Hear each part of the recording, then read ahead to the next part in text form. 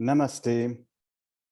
Welcome home, welcome all to this fifth in a series of 7 evening webinars in celebration of the Mother's and Auroville's birth anniversary. This series continues until February 28th, Auroville's birth anniversary, and is part of the Auroville Festival and hosted by the Auroville Foundation in collaboration with La Grace Center, USA. My name is Joël, and I'm a resident of Auroville. I will be the moderator tonight. I suggest we come together in a moment of silence, 1 minute or two, before starting our webinar.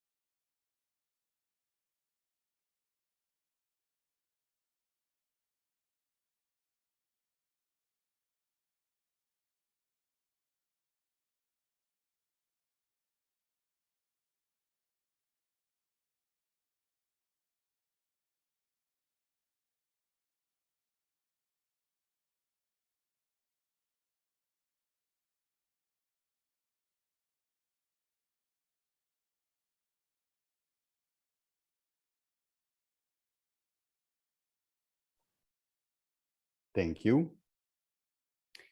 The topic that will be addressed today, by our three esteemed guests, Dena Merriam, Manoj Pavitran, and Muriel Ghion, is the spiritual significance of Auroville city. This year, we are celebrating the 150th anniversary of Sri Aurobindo. And interestingly, more or less 150 years ago, something extraordinary started to happen. That is the exponential growth of humanity. From 1 billion people in 1850, we are today almost 8 billion. I asked one day a friend and teacher of the integral yoga from the Sri Aurobindo ashram, what was the spiritual reason for this exponential increase of soul taking birth on earth. He told me that the souls had perceived an immense possibility of spiritual progress thanks to the presence and the work of Mother and Sri Aurobindo on earth. And they had decided to join the work. It is the hour of God on earth, and many souls want to participate. And there are two places on earth today where the divine work is especially concentrated, the Sri Aurobindo ashram and Auroville. So with this brief introduction to the topic, it is my pleasure to introduce our honorable guests, Dena Merriam, Muriel Ghion, and Manoj Pavitran. Dena Merriam worked in the interfaith movement in the 90s and was vice chair of the Millennium World Peace Summit of Religious Leaders at the UN. She convened a meeting of women spiritual leaders also at the UN and founded the Global Peace Initiative of Women in 2002. For 45 years, she has been a student of Paramahansa Yogananda and a practitioner of meditation. She holds a MS from Columbia University. In 2014, she was awarded the Niwano Peace Prize for her interfaith peace efforts. She is the author of My Journey Through Time, a spiritual memoir, The Untold Story of Sita, When the Bright Moon Rises, and her latest book, Rukmini and the turning of time, the dawn of an era. Muriel Ghion, a university graduate in applied economics and in clinical psychology, Muriel worked for 10 years in the field of marketing and human resources in big multinationals in Europe. She left Europe in 2006 on a spiritual quest around the world, which took her first to South America and then Asia. Her quest ended in 2008 when she arrived alone with her backpack in Auroville. But what was the end of her external physical journey became the beginning of a new intense and accelerated inner journey when she discovered the teaching of Sri Aurobindo and the Mother and started practicing the integral yoga. For the last 13 years, she has kept on studying intensively the works of Mother and Sri Aurobindo and has worked as a researcher, teacher at Savitri Bhavan. Manoj Pavitran grew up in Kerala and graduated as a production engineer in 1988. However, a deeper quest led him to Sri Aurobindo, and he started following the path of integral yoga in 1989.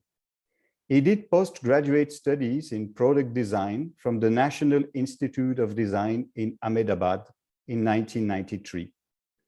After a short period of working as a professional design consultant, he quit the profession and joined Auroville in 1995 to explore integral yoga and collective evolution.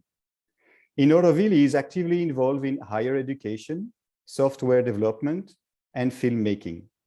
Once again, welcome Dena, Muriel, and Manoj. Before handing it over to our first guest, Dena, please note that there will be time for questions towards the end of this webinar. So if attendees could kindly post any question you may have in the Q&A box rather than the chat box. At this time, I would like to turn it over to Dena Merriam. Namaste. And I want to thank the organizers for inviting me to share my own personal experiences. I want to start by talking about my personal journey to Auroville, and then talk about the current and future world situation. I've always had a very strong interest in collective evolution. So I'll end there. My own personal journey began in 1970 when I found my Guruji, Yogananda, and took a trip out to his ashram in Los Angeles.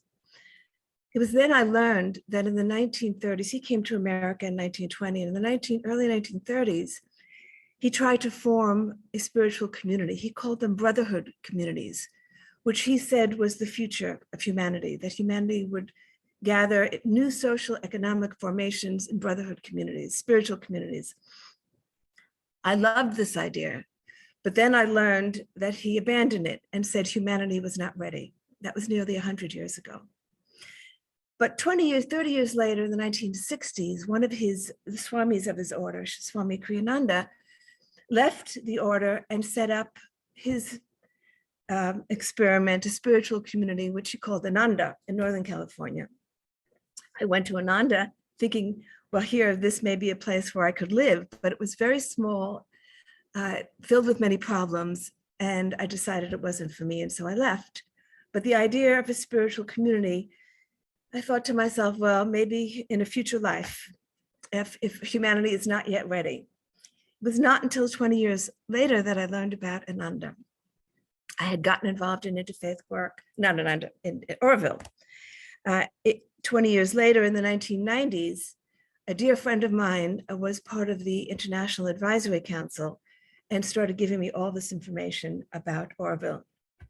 I was intrigued, but I was very busy with interfaith work, working with the UN, and so I didn't have an opportunity until about 10 years later to come to Auroville. Another friend of mine was on the International Advisory Council and insisted that I come see this place. And he wouldn't stop insisting. And so I finally came. And when he took me into the Macha Mandir, I had a most incredible experience. At that time, I don't know if it's still possible, We were able to be there alone, he and I, and to spend over an hour there in meditation. And I remember very distinctly the feeling. I was carried back into a distant past, into a Satya Yuga, and I felt the energy of the Satya Yuga there. At the same time, I was carried into a distant future, and I felt the energy of the Satya Yuga there. There was a purity of the spiritual energy. I was left speechless.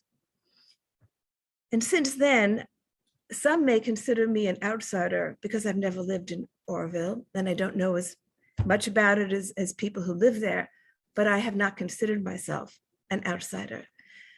Sri Aurobindo is my teacher of the Vedas. The mother is, I'm deeply connected to the mother. My guru is Yogananda, and I practice Kriya Yoga meditation. I see no distinction. The great ones on an inner plane work together.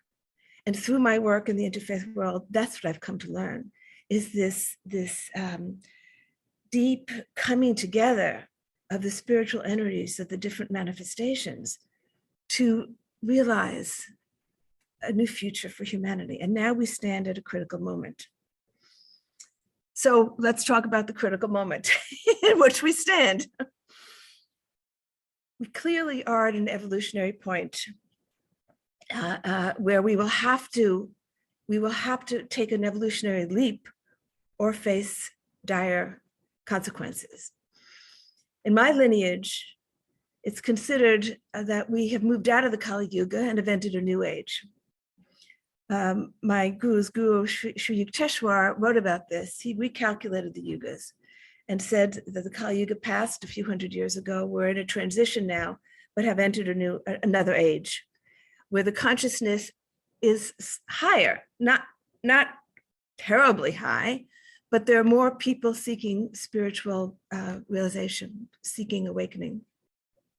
And so that is why we see such collapse and such dysfunction, because the structures that were built during a lower consciousness are no longer working. They're no longer satisfying the current needs.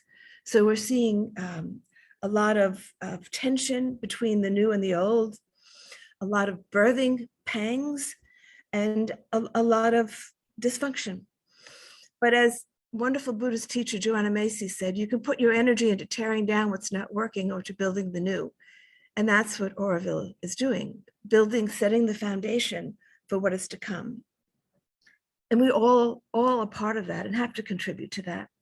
Now, I don't want to dwell on, but I don't want to ignore the current challenges facing Auroville, because I see these challenges seeping into many spiritual organizations. The polarization and divisions that are taking hold of much of the world is seeping into the spiritual communities. I see it here in the US. And living in the US, I have to confront this on a daily basis. And many of us face a conundrum of how to deal, because we're caught in the waves of emotion that are creating these divisions. And so it is a difficult challenge to face, to be able to overcome.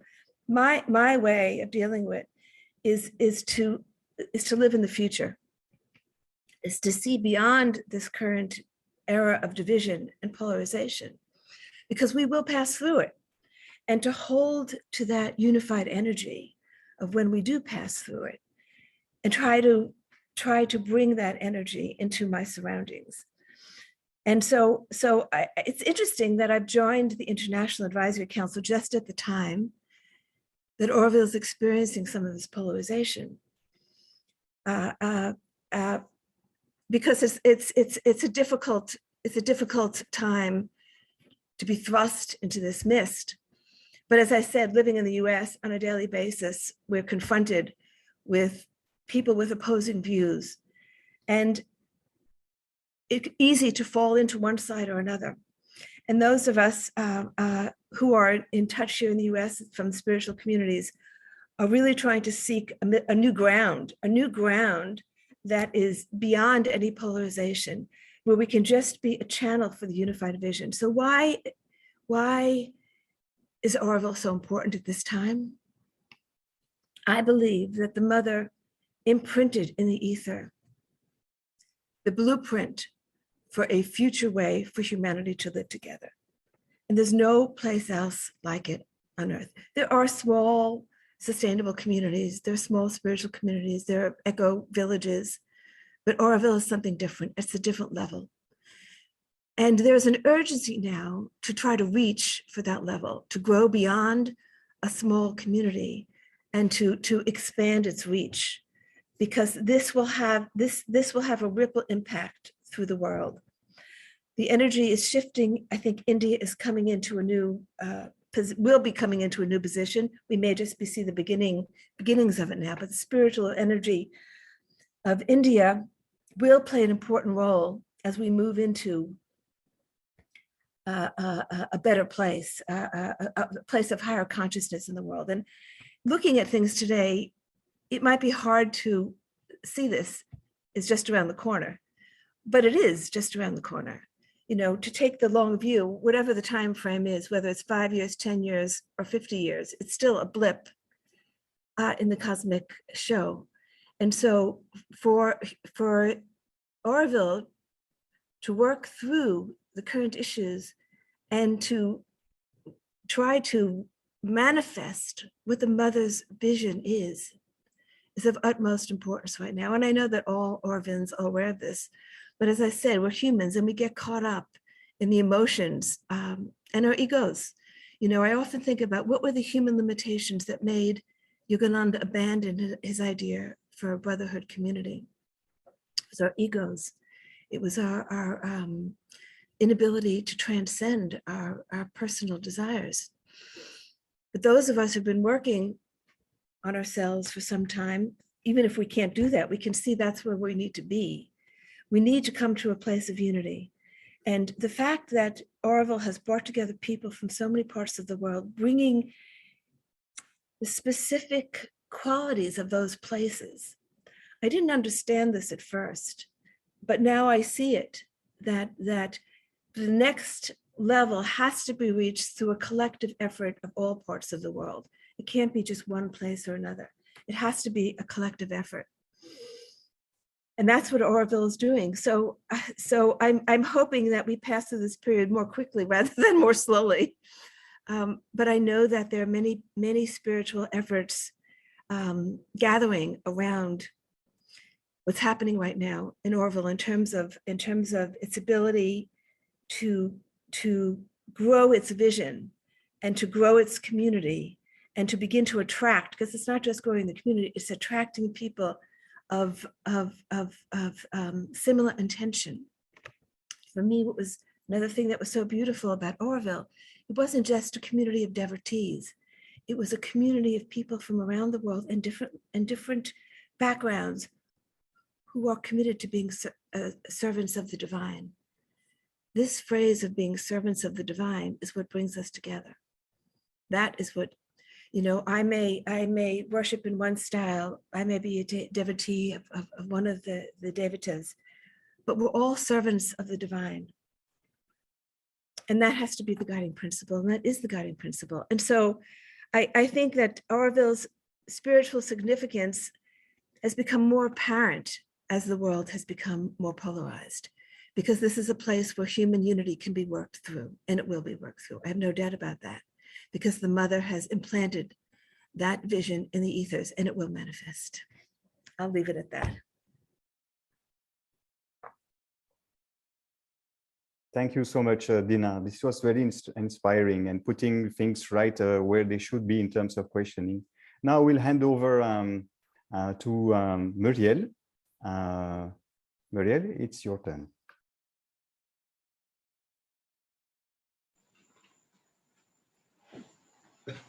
Thank you, Joël. India has become the symbolic representation of all the difficulties of modern mankind. India will be the land of its resurrection, the resurrection to a higher and truer life. This is a message that was given by Mother, for those of you who know that message already. It was put on a brochure on the inauguration of Auroville, a brochure about Auroville that the people from the ashram wanted to take also to Delhi to give to the press and to the government. So they asked Mother for a message, and she concentrated to know what had to be said. And all of a sudden, Sri Aurobindo gave her the revelation and gave her that message. She concentrated to know the why and the how. And then that's the message she received from Sri Aurobindo. So if you want to understand the spiritual significance of Auroville, you need to understand the spiritual significance of India. And if you want to understand the spiritual significance of India, you need to understand the spiritual significance of the earth. So what is the earth? Mother told us that the earth is a representative and symbolic world, a kind of crystallization and concentration of the evolutionary labor, giving it a more concrete reality. So this is here on the earth that all the work is taking place. And the history of the earth is a symbolic history. The earth is where concrete form is given to all the work to be done to bring evolution to its perfection, its goal. What is the goal of evolution? For all of us to realize the divine and to manifest the divine here in matter. Elsewhere, Mother says, it is enough just to be and things simply are. But here on earth, you have to work. And the work we do here has clearly universal repercussion, like you were saying. So it will impact everywhere else. But the thing is worked out here. And the place of work is here. She adds that the earth has a place of distinction because unlike any other planet, it is evolutionary with a psychic entity at its center. This terrestrial world was formed to become the symbol of the universe and to be a point of concentration for the work of transformation, the divine transmutation. So the divine cast itself into matter, directly plunged and involved itself into matter. And more specifically, in the earth, the divine is totally involved and is trying now to push out through the psychic being, through us realizing our psychic being. It is how the divine is going to come out and express itself. So this is the important work that we have to do here on Earth. And it's the only planet who has that. So the same thing which in the history of the universe made the Earth this symbolic representation of the universe is now taking place in India. India becomes itself the representation of all human difficulties. And then that is why I was made to start Auroville, says the mother. So we can see that from the universe, we come to the planet Earth, and from the planet Earth, we come to India. It's each time a point of concentration. And in India, the point of concentration is Auroville and the ashram. But here we're speaking about Auroville more specifically. So Auroville has a very important role to play. This is the place where first the psychic being is going to become realized by a bigger group of people, by a collective. So that's the spiritual significance of Auroville. It's like a laboratory, if you wish. In the laboratory, you bring all the elements of a problem together in a limited space, and that allows you to accelerate and intensify the work of research and of finding, of discovery, so that you can find solutions to problems.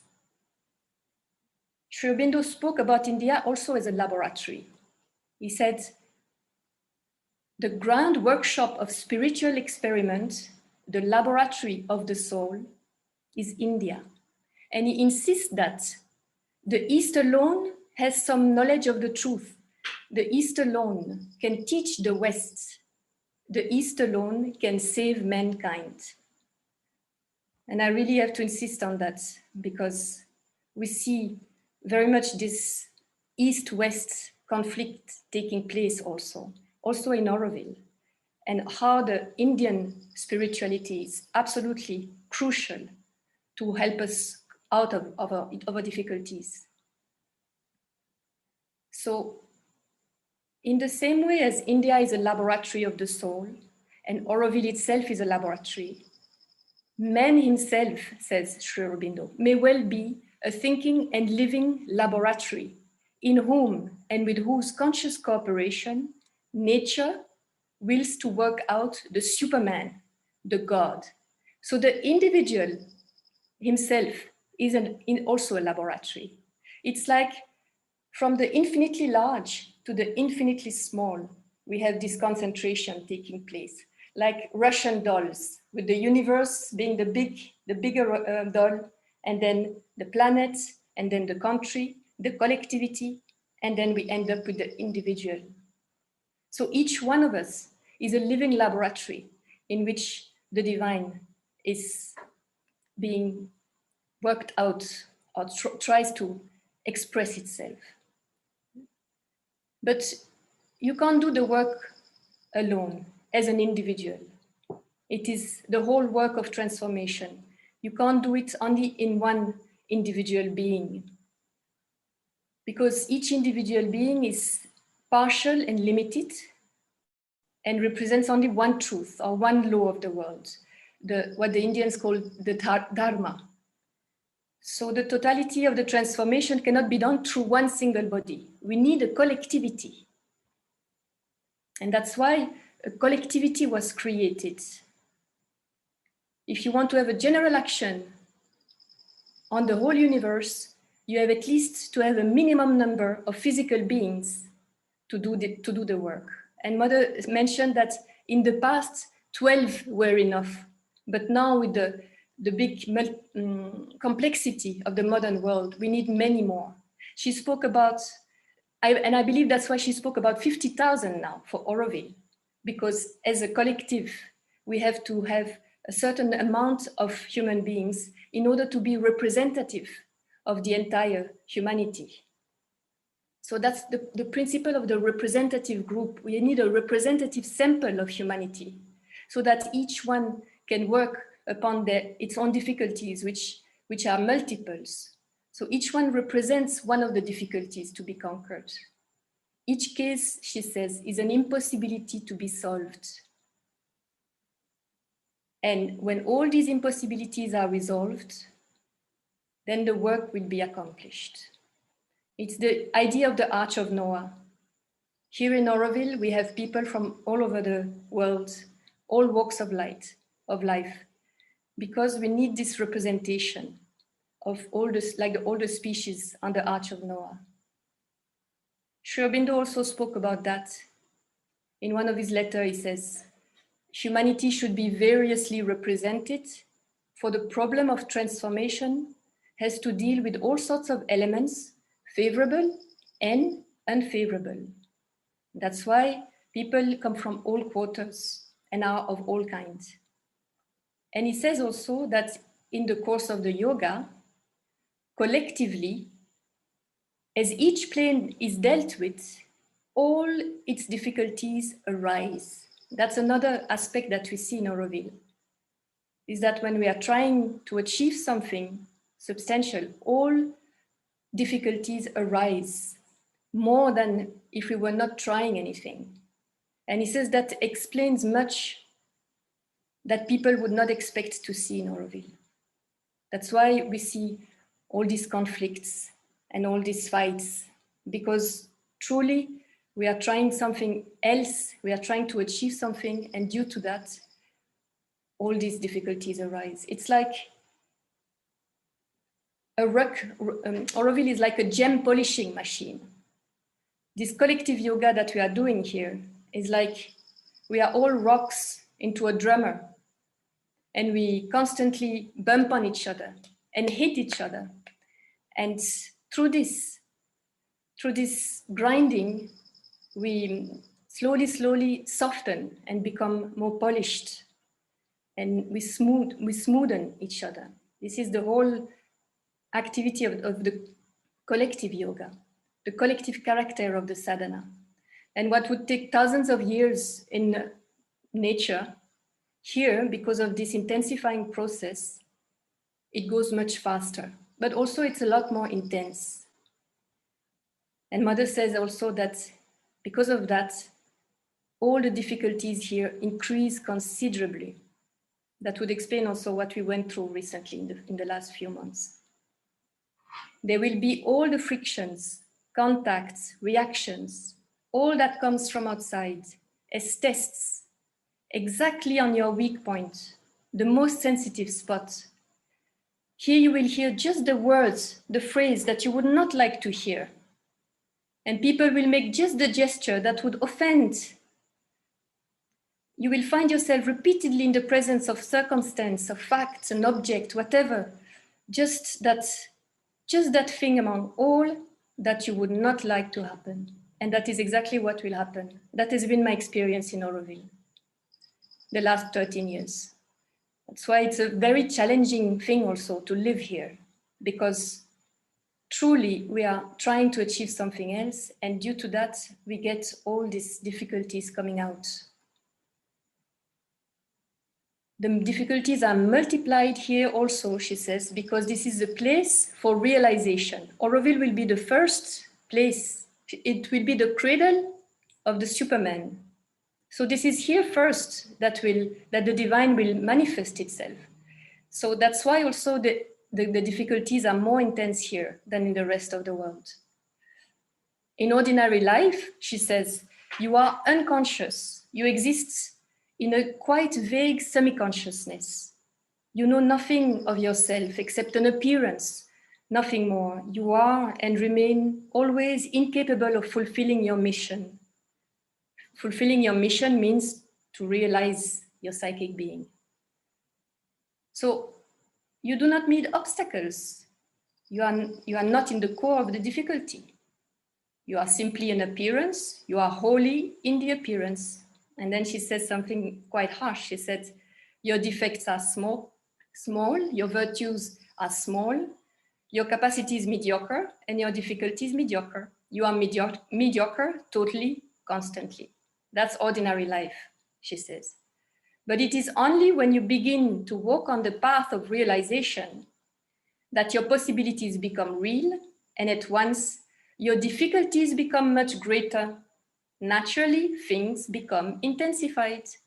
So when you see this in this light, then all what we are going through, all what we've been through in Auroville, also in the last few months, suddenly makes sense. Everything here is intensified, and everything here takes really strong colors. So, but then Sri Aurobindo says, going back to his previous letter, when the preliminary work is over in the laboratory, things must change.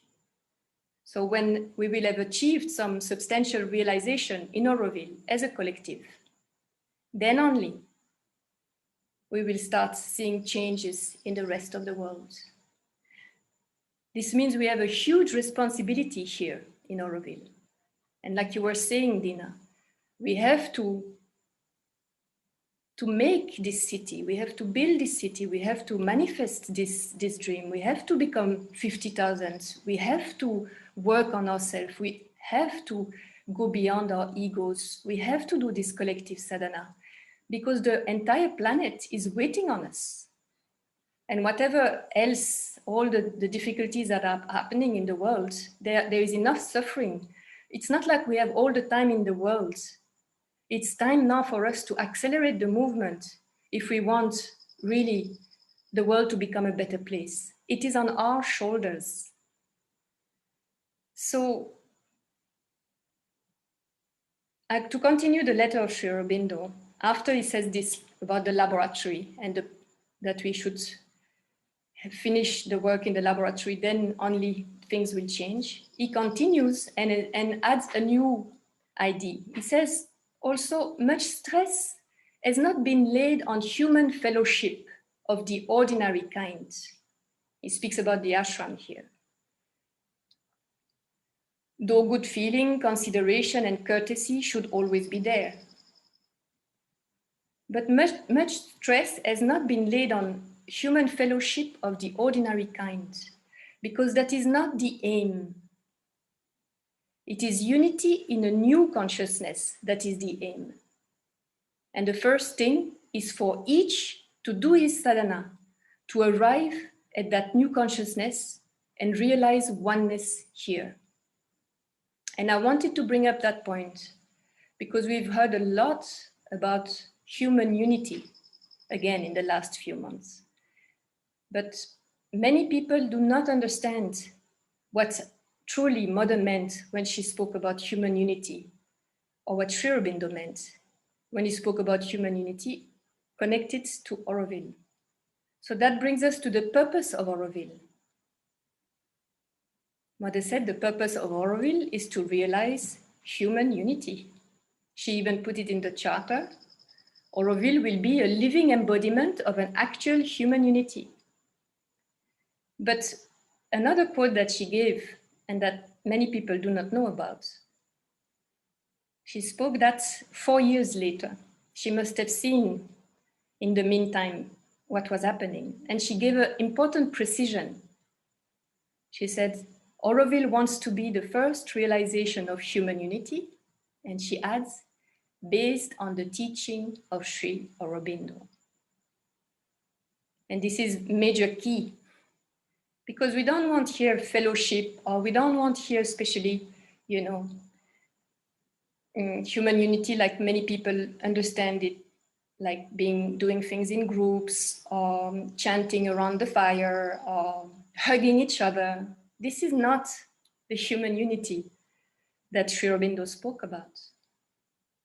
So if you look at the teaching of Sri Aurobindo, what is the teaching of Sri Aurobindo? He answers in one letter where he speaks that immediately about, he starts with saying, the teaching of Sri Aurobindo speaks about himself, is that behind the appearances of the universe, there is the reality of a being and consciousness, a self of all things, one and eternal. And all beings are united in that one self and spirit, but divided by a certain separativity of consciousness, an ignorance of their true self and reality in the mind, life, and body. So it's the image of the trees with all the leaves, who are all part of the same tree, but all perceive each other as being separate. But we are all one at our core. That's the teaching of Sri Aurobindo. And he adds, it is possible by a certain psychological discipline, the yoga, integral yoga, to remove this veil of separative consciousness and become aware of the true self, the divinity within us and all. This one being and consciousness is involved in matter, and evolution is the method by which it liberates itself. So the divine has involved itself completely into the unconsciousness and into matter, and from within, now it's pushing to re-emerge. That's how it created life, mind, and now Sri Aurobindo says, the next step of the evolution, the involved divinity in things will release itself entirely, and it becomes possible for life to manifest perfection. But it is not, however, by the mental will in man that this can be wholly done.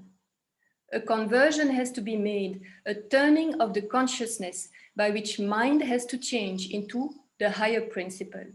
And that's we can do by the practice of yoga.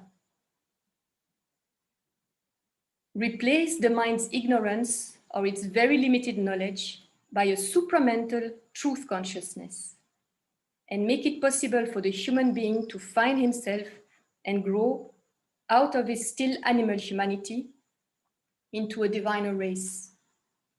So if you want, it's like a triangle. As long as we remain at the base of the triangle and we keep on looking at each other in the ego consciousness, we remain divided. We are far away from each other. We don't understand each other. We perceive the life completely differently, and we fight. The only solution for all of us to unite truly is to start looking up, up, up, up towards the divine, towards this truth consciousness. We have to grow beyond the ego and go towards this truth consciousness, which is one. And the more we go high, the more we become one in our perception of reality. And that's how we grow out of all these fights and all these conflicts. In this new consciousness, there would be no ego insistence on personal idea, no push or clamor of personal will and interest. There would be instead the unifying sense of a common truth in many forms, a common self in many consciousnesses and bodies.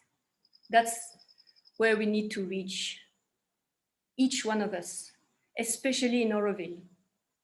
And when you will have a huge group of beings who will have achieved that, this will be really heaven on earth, huh? the kingdom of God on earth. Mother says, unity does not come from any exterior disposition, but by becoming conscious of the eternal oneness. And she spoke about some people who wanted to help for Auroville's development. She said, if they do not know about yoga, how can they understand the purpose of Auroville?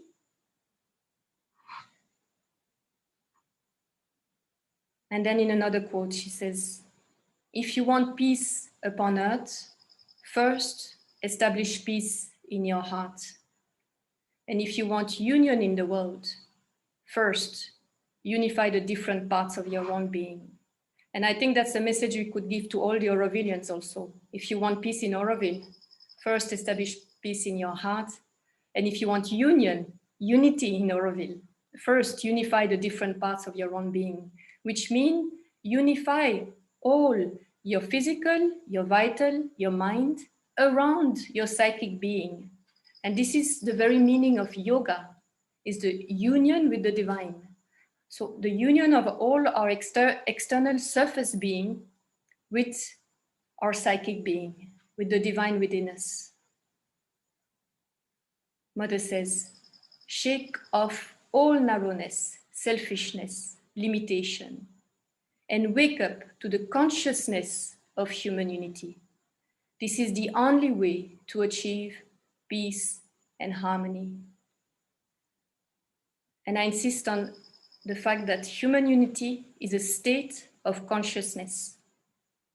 It is not an external action of, as I said, hugging or whatever. It is really a state of consciousness. And it is a state of consciousness which is beyond ego, where you see yourself in others and you understand others as yourself. And for that, Mother says again, I know it's not easy, because truly to achieve that famous consciousness, to work and to become free from our egos, our desires, and all, it's really not easy. This is the context of Auroville. It is very challenging. As I said, it's about all this polishing that we do on each other, this bumping into each other, hating each other, fighting with each other. But through all this fighting, something is happening. We are growing slowly. We are getting more and more polished, and we end up being gems, shiny. But it is not easy. So she says, I know it's not easy, but we are not here to do easy things. The whole world is there for those who like an easy life. I would like people to feel that coming to Auroville does not mean coming to an easy life. It means coming to a gigantic effort for progress. And those who don't want to keep up with it should leave. She's clear. That's how things stand. I wish it were so strong, the need for progress, for the divinization of the being, so intense that those who are unable or unwilling to adjust to it would live by themselves. Or this is not what I expected, they would say. As it is now, all those who want an easy life and do what they please, as they please, say, let's go to Auroville. And it should be just the opposite. People should know that coming to Auroville means an almost superhuman effort for progress. And now I want to finish with a quote that Mother gave on the occasion of the 100th birth anniversary of Sri Aurobindo, which means 50 years ago, because this year is the 150th birth anniversary. So in 1972, for the New Year card, she said, this year is consecrated to Sri Aurobindo. To understand his teaching better and try to put it into practice is certainly the best way of showing our gratitude to him for all the light, knowledge, and force which he has so generously brought to the earth. May his teaching enlighten and guide us, and what we cannot do today, we shall do tomorrow. Let us take the right attitude in all sincerity, and it will truly be a bonne année, a good year. So with that, I finish my talk and I hand over back to Joël. Thank you, Muriel, for this very inspiring talk. It's always so good to plunge in the words of Mother and Sri Aurobindo. They are themselves so enlightening. So now I'll give Manoj the microphone. It's up to you, Manoj. Thank you, Joël. Thank you, Muriel, for such an inspiring talk. You have practically spoken about everything that I wanted to speak and more, a lot more than what I thought of covering. Very inspired. Thank you. Maybe one, I can add only some nuances. You have already covered everything. The one way to look at Auroville is to see from the perspective of the 5 dreams of Sri Aurobindo, especially the 3rd, 4th, and 5th dream, where I will just read out some of those lines. The 3rd dream was a world union forming the outer basis of a fairer, brighter, and nobler life for all mankind. And in that paragraph, he mentions one thing that is quite troublesome. He says, a catastrophe may intervene and interrupt or destroy what is being done. But even then, the final result is sure. That's Sri Aurobindo's assurance. Now, this catastrophe dimension, Mother elaborates later. Already in 65, Mother clearly stated that the purpose of Auroville is to realize human unity. 1 year later, on 21st September 1966, she was looking at the world situation. The Cold War was at its peak. And that she, in the agenda, she's saying, seeing all this, the imminence of the catastrophe, there was a sort of call or aspiration to bring down something that could at least neutralize that error. And it came, an answer. I can't say I heard it with my ears, but it was so clear, so strong and precise that it was indisputable. And I am obliged to translate it into words. If I translate it into words, I may say something like this. That is why you have created Auroville. She continues further. And with a clear vision that Auroville was a center of force and creation, with a seed of truth. And that if it could sprout and develop, the very movement of its growth would be a reaction against the catastrophic consequences of the error of armament. So we had that peak moment of Cold War. And this is still in 1966. Auroville is not yet there. So Satprem was asking her, you speak of the imminence of a catastrophe, but still Auroville will take some time to be realized. Still, Auroville will take some time to be realized. Then she says, no. I am speaking of the country's collaboration in creating something. She stresses on that, creating something. It is not when Auroville has been completed. It's the nation's collaboration in creating something, but creating something founded on the truth instead of a rivalry in falsehood's creation. It is not when Auroville is ready. So that very formation itself of Auroville, already in 66, 65 onwards, the preparation was beginning and the formative work was happening. And she's continuing. No, the point is a combined interest in building something founded on the truth. They have had a combined interest, combined without any mutual liking, of course, in creating a power of destruction built on falsehood.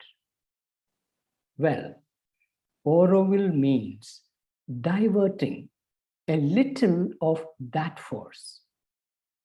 The quantity is minor, but the quality is superior. She continues. No, it is right now, right now. Remember, it is in 1966. Auroville's foundation was not yet laid. It is right now, right now. The force of propagation is far greater. It's out of proportion to the transmitting center, mother, which on the world scale is, so to say, unknown and almost non-existent. But the center, the power of radiation and propagation is out of proportion. Now we can see that it's not that when Auroville is completed, it's already that contagion in the world, the transmission that is happening in the world as a result of nations coming together to collaborate, to create something. That was the momentous shift. That is what turned the current. And Auroville emerged, nations came together. So that's one fundamental thing to remember. It is not really about when Auroville is complete. Shift was already happening. And then the next one, the fourth dream, where Sri Aurobindo is talking about, the spiritual gift of India to the world has already begun. India's spirituality is entering Europe and America in an ever-increasing measure. The movement will grow. And then we see in 1968, this is what Muriel has already shared with you, but I would like to read that once again, that quote, because this is very, very important. And also to understand the current conflict that's going on in Auroville. I concentrated to know the why the how, and so on. It is about India's situation, why India was in such a difficult situation. And all of a sudden, Sri Aurobindo said, Mother reads out a note. India has become the symbolic representation of all the difficulties of modern mankind. India will be the land of its resurrection, the resurrection to a higher and truer life, and the clear vision. The same thing which in the history of the universe made the earth the symbolic representation of the universe, so as to concentrate the work on one point. The same phenomenon is now taking place. India is a representation of all human difficulties on earth. And it is in India that the cure will be found. And that is why I was made to start Auroville. She says, it came and it was so clear, so tremendously powerful. So we can see that the destiny of India, the work of India, the spiritual gift of India, and the creation of Auroville, they go together. India has a profound stake in Auroville. And Auroville is the gift of Mother and Sri Aurobindo to the world for that transformation. And our destinies of India and Auroville are so integrally woven into each other. And a profound, deep collaboration between the two levels of our being, Auroville and India, is absolutely essential. That makes it critically important to find ways of collaboration. And look at India from that angle. And the fifth dream, where Sri Aurobindo is talking about the final step, the final dream was a step in evolution which would rise man to a higher and larger consciousness. Here too, if this evolution is to take place, since it must proceed through a growth of the spirit and the inner consciousness, the initiative can come from India. And although the scope must be universal, the central movement may be hers. And in 1966, already Mother mentioned, we would like to make Auroville the cradle of the Superman. Later in 1970, she writes in the little beautiful document, very cryptic, a seminal document called To Be a True Aurovillian. She writes, the whole earth must prepare itself for the advent of the new species. And Auroville wants to work consciously to hasten this advent. Little by little, it will be revealed to us what this new species must be.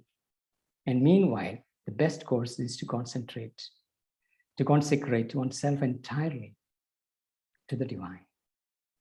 So these three levels, these three dreams of Sri Aurobindo, of the world union, India's spiritual gift to the world, and step in evolution, all these are essential, significant aspects of Auroville's creation and its birth and its growth, and it's already happening in the world. And in 1961, Mother says about Sri Aurobindo, what Sri Aurobindo represents in the world's history is not a teaching, not even a revelation. It is a decisive action direct from the Supreme. And in 66, when she was asked, who has taken the initiative for the construction of Auroville? She says, the Supreme Lord. So here we have a city itself being born from the divine consciousness. We know about the divine incarnating as individuals, bringing in a change in the world, the whole lineage of avatars. And here is a city taking birth from a higher consciousness descending onto earth. And we are not building Auroville. Auroville is building itself. The soul is gathering people, building its body, building its vitality, building its mind. One of the fundamental confusion we have is we are building Auroville.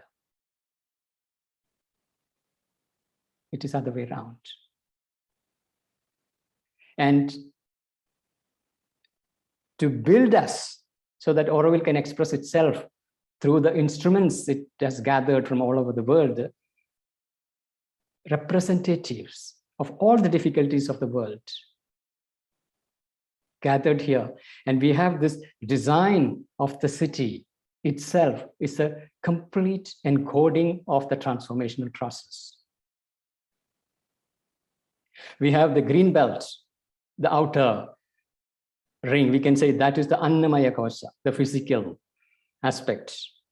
Then from the green belt to the crown, we have the most dynamic part of the city, which is the vital body of Auroville. From the crown to the peace area, we have the mind, where it became increasingly silent, car-free zone with increasingly slow mobility. And then we come to the peace area, where there is the Hiranyagarbha of new creation, Matrimandir, with that descending light of transformation radiating through 4 pillars in cardinal directions, representing wisdom, strength, harmony, and perfection, and the 12 qualities. This is really the DNA of transformation. As we develop this psychological perfection of developing all these qualities, the radiant power of the mother begins to radiate through us. The force of the divine mother begins to act through the instruments that are prepared. And that force is moving like a vortex. The whole the galaxy design represents that movement. Muriel beautifully explained how the diamonds are polished. And here is that polishing transformational city. The entire design is conceived as a whole. It is not conceived in parts, and it is not something that grows organically. Details, yes, they will come in organic way, but the entire conception, it comes from that higher source, the direct action of the Supreme, and conceived as a whole. And it is building itself, gathering people, gathering land, and this building process is happening. And this grinding is happening. And all the representatives who have the light and shadow in them brought forth. And one of the first things that happens to Auroville is whatsoever you try to run away from will be churned out, put right in front of you to confront. The shadow has to be met, individual and collective shadow. And the confrontation with others and extreme diversity. And this diversity has a tremendous value, because only when there is unity, diversity can thrive. One of the tremendous errors happening in the world, and which is actually a culmination of the age of reason, is the standardized perfection of the world, which is already happening. Standardization and mechanization of the world. Whereas Auroville already within 50 years created such a tremendous diversity, which is a sign of a fundamental unity already in operation. And when you come to the Auroville's physical space, what you notice immediately is beauty and a profound peace. It will be unbelievable to even to think that this place is so full of conflicts and churning. But the manifestation, it's of tremendous beauty, of great peace. And if we look at Auroville's journey in the last 50 years, when Auroville's charter was read out, Auroville belongs to nobody in particular, but to humanity as a whole. And the whole notion of no private property, that is pretty new. But look at today's world. The entire open source movement belongs to nobody in particular, belongs to humanity as a whole. Collective ownership is now a global movement. A moneyless economy is emerging across the planet. This is contagion. The seed is sprouting and spreading across the planet. Similarly, the green work in the 70s and 80s, world was not yet there to, as it is today, about the ecological crisis. But Auroville was already working on it in the 70s and 80s. Now it is a global movement. When Auroville was making windmills in the 70s and 80s, it was not so vogue in the world. In today, everywhere, windmills are a big thing. The renewable energy, all that are happening. Appropriate technologies, everything is spreading. Now, the struggles that Auroville is going through will make sense in the future. And the engine of transformation is already operational. Auroville is already there. It's just that we cannot see. It is subtle. And we can say, in a modern language, Matrimandir is the central laboratory of transformation, central laboratory of consciousness, where there is this vertical axis of that supramental light that is acting. And when we submit to the force, and as Mother said, leap before you think. The more mind is silent, the more we are able to open, and the more we prepare the body. And interestingly, one of the areas where Auroville has specialized and developing excellent methods is awareness through the body. Preparing the body, this is a place of karma yoga. And how, when the mind is silent, when you're acting, how you open yourself to the force, so that the force acts, it transforms your mind, transforms your emotions, transforms your senses, transforms even your body. And surrendering to that force, being in the force field itself is incredibly transformative. So we have people coming here and spending 6 months, 1 year, and they see that something has shifted in them just by being in the field. And it is not when the buildings are come, everything is built or will become active, but there is this action already happening, or already is operational. It is happening. The current challenges are some of the acute points where transition is happening. Auroville is being pushed to a new level of possibility. And there is no way to stagnate in this collective yoga, where you leap and you find a new possibility and you build things. And the moment you settle, the moment you stagnate, force will come and break it down. You will get a blow. And we are going through that collective blow that Dr. Karan Singh beautifully mentioned, God's hammer. Nothing to worry. It is part of the transformation process. From caterpillar to butterfly, there is an in-between chaotic stage.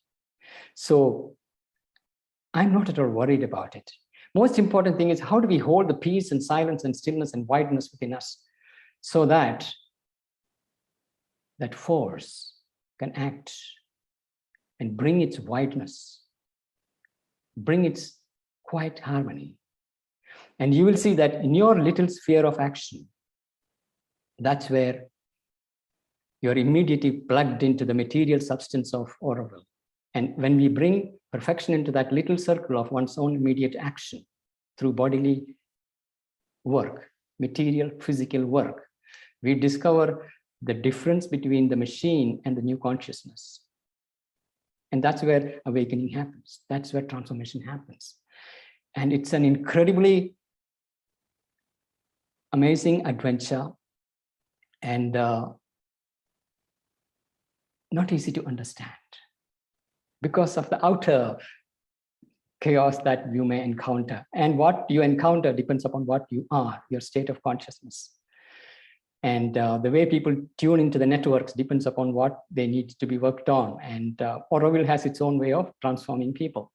And the work is happening intensely. Intensity has picked up. And it's amazing. Thank you.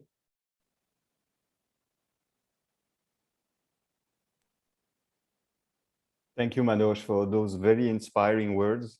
I know that I have used the word inspiring for the 3 of our panelists, but I truly believe that something of Mother and Sri Aurobindo's inspiration came down today, this evening, depending on where you are on the world today. And I'm drifting about a little bit out of script here, but I truly believe that all residents of Auroville, volunteers of Auroville, guests of Auroville, well-wishers of Auroville, friends of Auroville, people curious about Auroville should watch this talk of these three panelists. It's helped us to regain, maybe for some of us, the joy we had by participating into the project. It helped us also to step back or rise up a little bit above the difficulties of daily life and the difficulties of Auroville. And it brings also, I think, this necessary aspect of impersonality. It's not about our ego, it's about something way bigger, something way greater. So thank you to the three of you. I think it was an excellent contribution, very enlightening, very joyful, very loving also.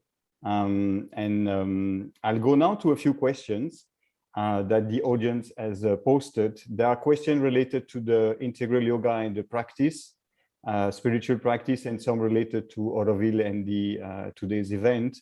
I'll start with the question of the integral yoga, and whoever feels like replying, feel free. So we have a question of Sarita. How to keep yourself centered on the path of the integral yoga and in general in life amidst polarized world that Dena very well addressed. As I'm new to integral yoga, what do you suggest? Who feels like answering?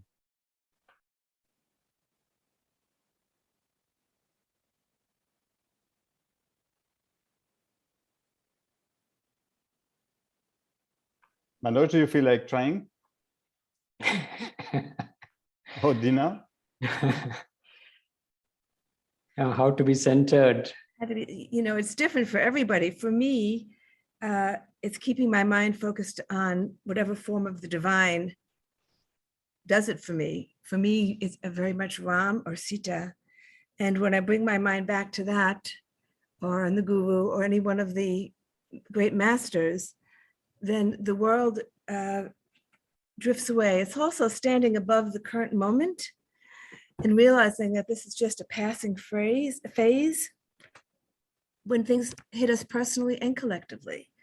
To step back and see that the world, or on a personal level, things are just, karma is just working itself through and will work itself through, and to hold to the vision of a resolution. Things will resolve itself.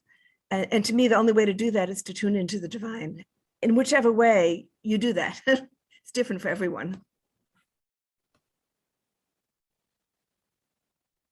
Manoj, you want to add to that? No, yeah, I would say Mother has given a very simple guidance: remember and offer.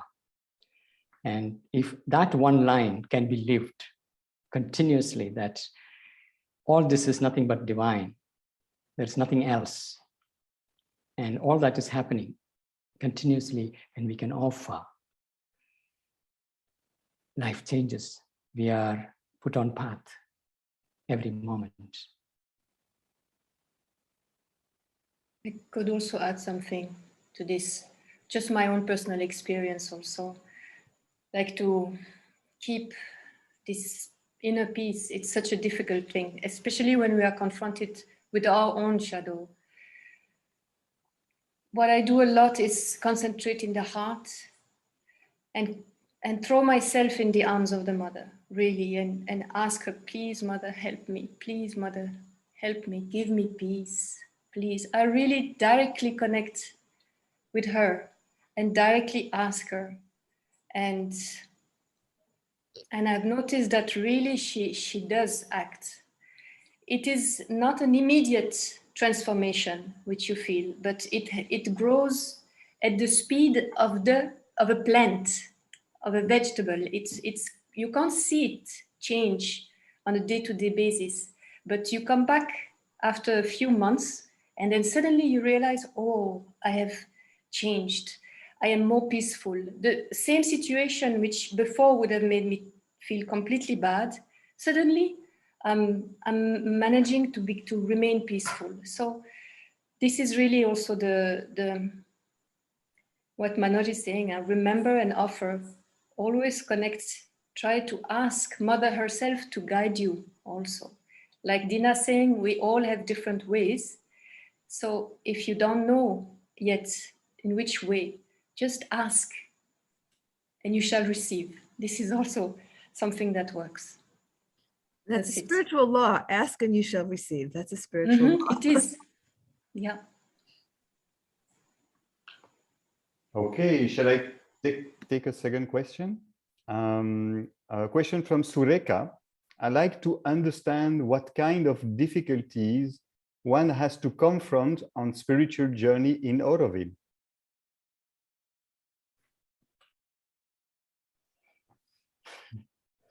Who wants to answer Every that?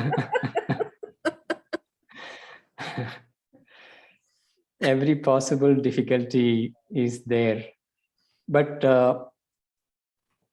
I would say, instead of focusing on the difficulties, when we focus on the divine grace and light, even what appears to be difficulties will turn out to be something radically different. Now, when I came to Auroville, I got a place to stay. It was in a forest, and it was a little hut. There was no water, no electricity, no toilet, no bathroom, and it was called bliss. And you may call it difficulty, or you may see it as a divine grace. Here is a forest and little hut, and you can be there and connect directly with the divine.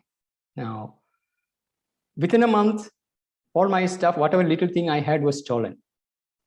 Now, that's second difficulty that showed up. Then you say, okay, you have emptied me of all my past. Now here I am, free. And someone gifted me clothes and things. So life went on. So 10 years down the line, my house got burned down.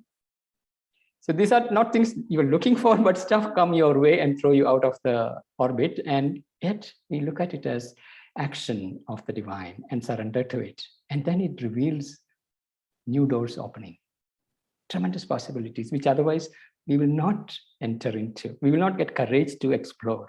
So divine gives you that push. And if one is not aware of the process, you might find it as difficulty, but it is not. It is a part of the process. And all the shadow will show up. It's not difficulty. It is part of the process.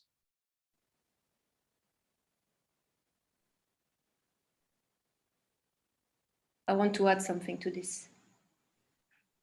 Indeed, the shadow is coming up in Auroville. And if I had not had the knowledge that it was part of the process, as you say, I would have run away really badly, very fast, very fast. And I know people who run away from Auroville because suddenly all these difficulties show up. And there are difficulties connected to your own being, your own potentialities. Actually, Mother explains that whatever you need to express as a divine quality, you will have the opposite within you. And the more you are supposed to express light and a big light, the more you will have a deep darkness within you. And that actually, when this darkness shows up and you have to conquer it, Mother says it's a grace. It's a grace because we become conscious of this darkness, we conquer it, and then we get to express the opposite of it. This is also connected to this idea of poison, this churning of the world by, I think, Shiva. You can tell more, maybe, Manoj, about that. With the poison that comes out. Churning of the ocean. Yes, and you have all this poison that comes out of your being. I never even knew I had so much poison within myself. That's the way Mother says. I was, in my previous life, ordinary life, I was mediocre. I had small difficulties and I had small virtues. When I came to Auroville and started to try to be something else and to go beyond the ego, oh my God, how much resistance I found in myself and how much how can I say, how much ugly things I found in myself, which I never knew were there. So I had to go through this. All these ugly things came out because of the circumstances in which I was. And then I had to offer them and slowly conquer them and grow beyond them. So that's the answer to this.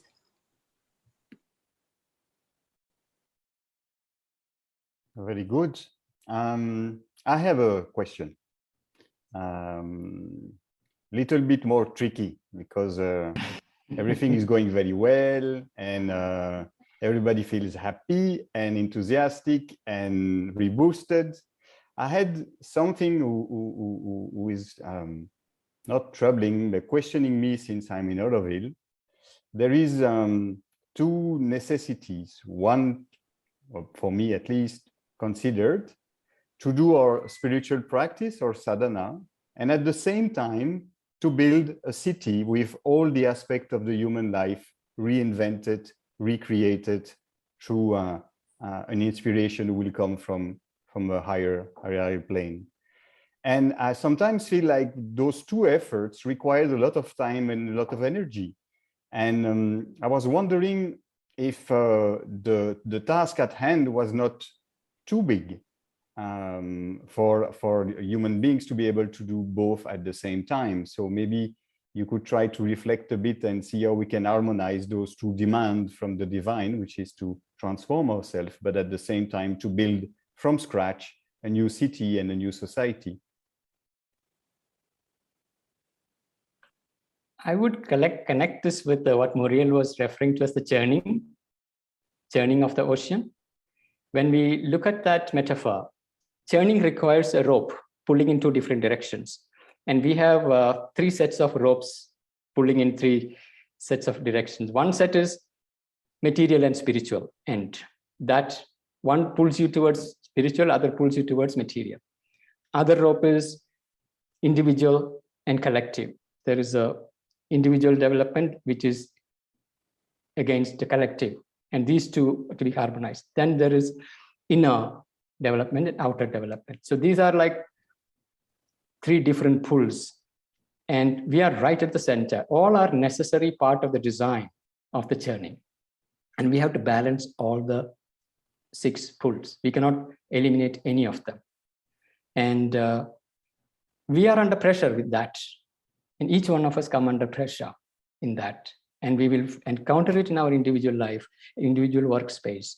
And only way what I found working is the more I'm in touch with my inmost depth, and the more I am able to embody the peace, the silence, the quietness, the stillness, the more the force enters and work happens. And it doesn't matter the scale of the work. It is that little physical space where you are living something that is a conscious force. It is really transforming things in its own way, and you have no clue what it is doing. But we can consciously submit ourselves to that process. Trying to mentally understand, I found it absolutely hopeless. But at a force level, it is very clear. Okay, this is the type of force entering, and this I should not open, and this is the force I should open. And the body becomes that churning, the Meru Danda, the little Meru mountain, and that little hill. And that's where the city is getting built, and you realize you are the construction ground. You are the city in the making. I can just add a comment that for the striving soul, for the reflective one, tension brings growth. It takes one to the next stage. It can also lead to anger, which we see erupting. But to me, if there's anger, that's just an indication to go deeper and to work through the anger that one's been holding that's already been there. In other words, if there's no anger in you, anger is not going to come out. So one of the key issues in my mind to deal with is to look where that anger is coming from. And I think that's one of the goals, one of the roles of tension and polarization and struggle, is to force those shadows out so that you could deal with them. So they have to be dealt with. If they're just being held in, that's not helpful. That's not helping the growth. I also want to say that it's really been an honor to be with you, Muriel and Manoj, because you've said such important things, really important things. Muriel, when you talked about human unity, people don't understand human unity. They think it's being in a room together and being able to talk to each other. It's about consciousness. And that's what made me leave the interfaith movement, is because it was just about words and about being able to sit in the room and let everybody have their ego moment of speaking from their position, and not about consciousness. And Manoj, you said such important things about how Auroville has been doing the work, seeding what's now spreading around the world. And we are seeing the transformation in terms of money and new ideas coming in about ownership. Things are changing. And when people that I work with focus on the negatives, I say, my God, step back and look at all the changes that are taking place. We are in a moment of change.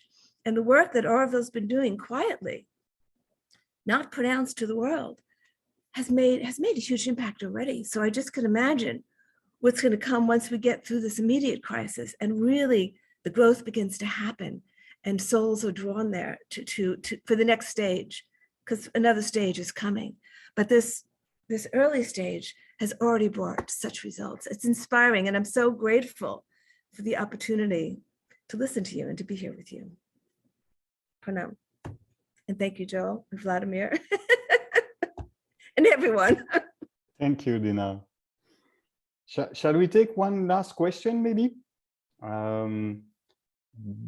The question from Parvinder: how can this concept of Auroville be taken to other parts of the world? What can we do at our own place and yet imbibe the spirit of Auroville?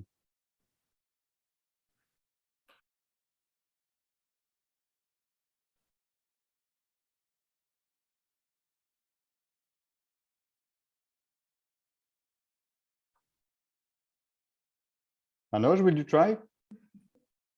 Or Dena? Invite the spirit of Auroville. I think reflecting on some of the things that have been said here today about human unity and about working on one's own consciousness, because everyone can be a part of Auroville. Everyone who feels aligned with the values and with the evolutionary work is a part of Auroville, no matter where you live. And so doing that work individually in your own life, and staying tuned to the energy of Auroville, tuning in with that energy and what's going on. Since I joined the International Advisory Council, I felt the presence of the mother incredibly. There was such a surge of her energy. And as I sit and listen to all the conflicts, and I've sit and listened to a lot of arguing, the energy of the mother is so present. Like you said, Muriel, the energy of the mother is so present right now. It's tuning into that no matter where you are. And then you're part of it. You're part of what's taking place. I want to add something. So for me, really, I am in Auroville because of the mother and because of Sri Aurobindo. And I remained in Auroville because of the mother and because of Sri Aurobindo. So for the people who are not in Auroville and who want to bring a little bit of Auroville elsewhere, I would always recommend try to read the books of Mother and Sri Aurobindo, try to connect with their mind, with their soul. This is, for me, the real Auroville. It is this spirit, with whatever they've taught us, this consciousness of human unity. This can take place everywhere in the world. We don't need to be in Auroville to grow in consciousness and to try to realize that. So the first step I would advise to someone who wants to recreate Auroville elsewhere or feel like it's to really dive deep into the works of the Mother and Sri Aurobindo, and most of all, connect with them deeply in your soul and try to see what happened from there. That's what I would advise. I would like to add that it's not we who decide where we should be. the divine decides and the soul recognizes it.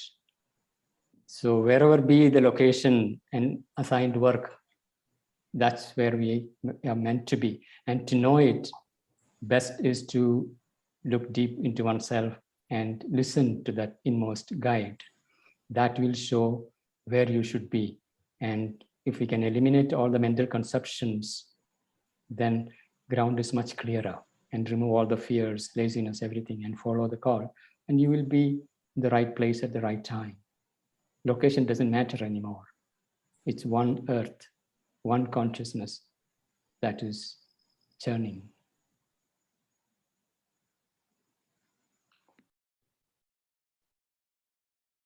Dena, you would like to add a closing words before I will invite everybody for a minute of silence?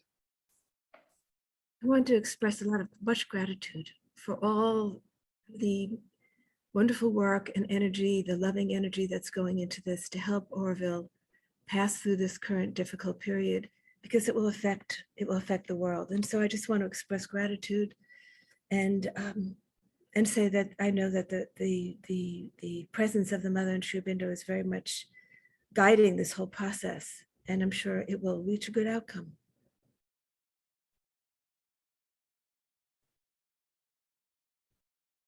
Thank you, Dena. Thank you, Muriel. Thank you, Manoj. I would like to thank also all the audience who has followed our talks today. Also to tell that there were many questions that were also in the Q&A box, and unfortunately we have not been able to answer them. So I'm sorry about that. Maybe we could do a second session with the same panelists.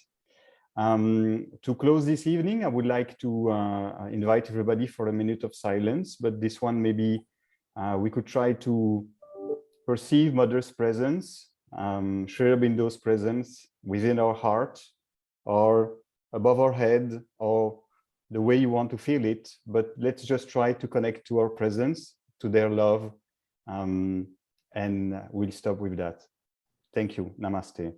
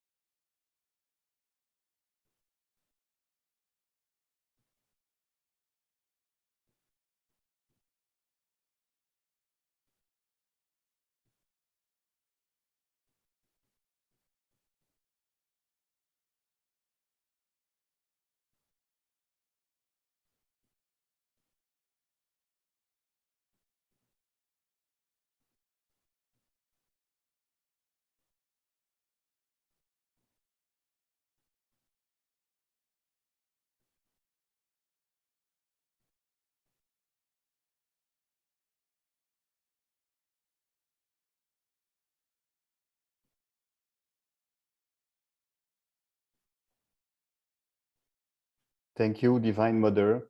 Thank you, Sri Aurobindo. Thank you, Dena. Thank you, Muriel. Thank you, Manoj. Thank you, our audience. And I will just close our webinar this evening with a reminder that tomorrow evening, the topic of the webinar will be the 5 dreams of Sri Aurobindo. Manoj has touched upon it. And our honorable guest will be Dr. Karan Singh, Dr. Jayanti Ravi, and Pashi Kapoor. Goodbye, everybody.